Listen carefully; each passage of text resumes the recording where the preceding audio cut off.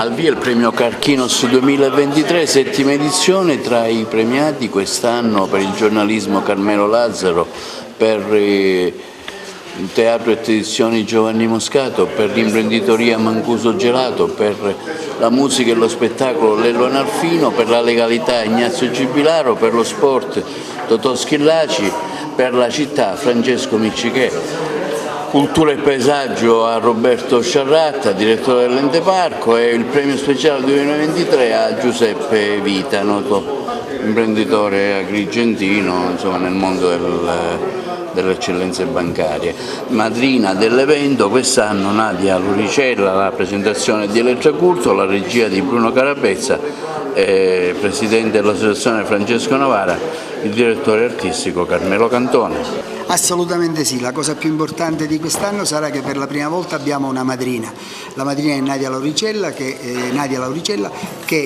farà della sua disabilità un momento magico, farà vedere come anche con la disabilità si possono veramente lanciare messaggi di positività, e Nadia è una leader, Nadia è un uragano, qualcosa di straordinario, non anticipo di più. Tra le novità di quest'anno c'è il convegno il giorno prima a Casa Barbadoro.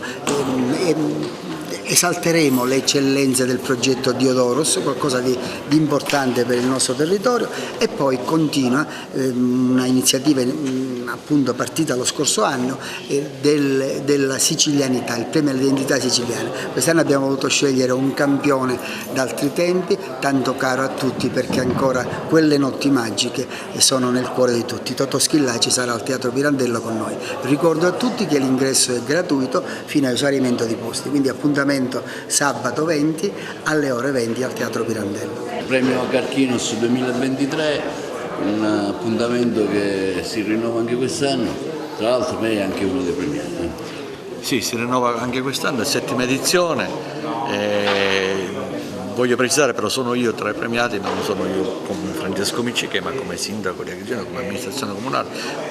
Rappresento l'intera città perché per l'obiettivo che abbiamo raggiunto, per questa opportunità che Agrigento è riuscita ad avere come capitale italiana della cultura 2025, penso che sia un evento epocale e quindi Agrigento se lo merita. Direttore, una breve battuta sul premio Carchinos e sull'importanza che le assume. Diceva lei nel suo intervento, 20 anni fa ci prendevano come modello di abusivismo, ora siamo il simbolo della cultura in Italia.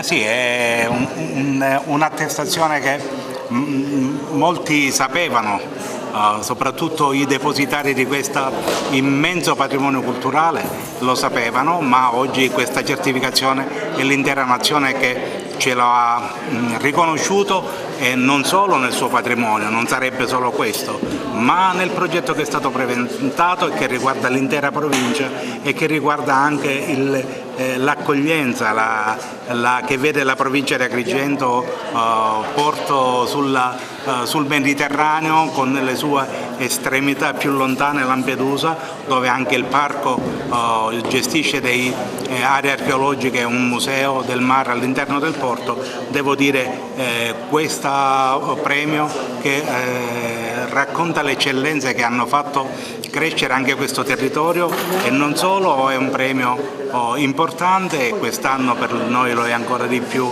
perché siamo tra gli enti che hanno avuto questo riconoscimento. Sì, quest'anno in realtà è una novità dello scorso anno. Quest'anno abbiamo inserito l'identità siciliana, il premio identità siciliana, che premia le eccellenze regionali.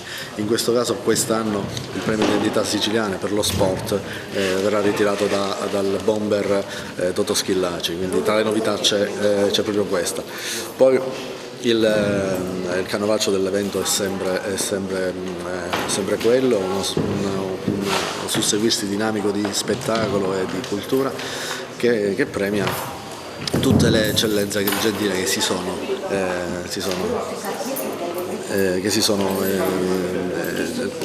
Distinti. distinte. Ecco.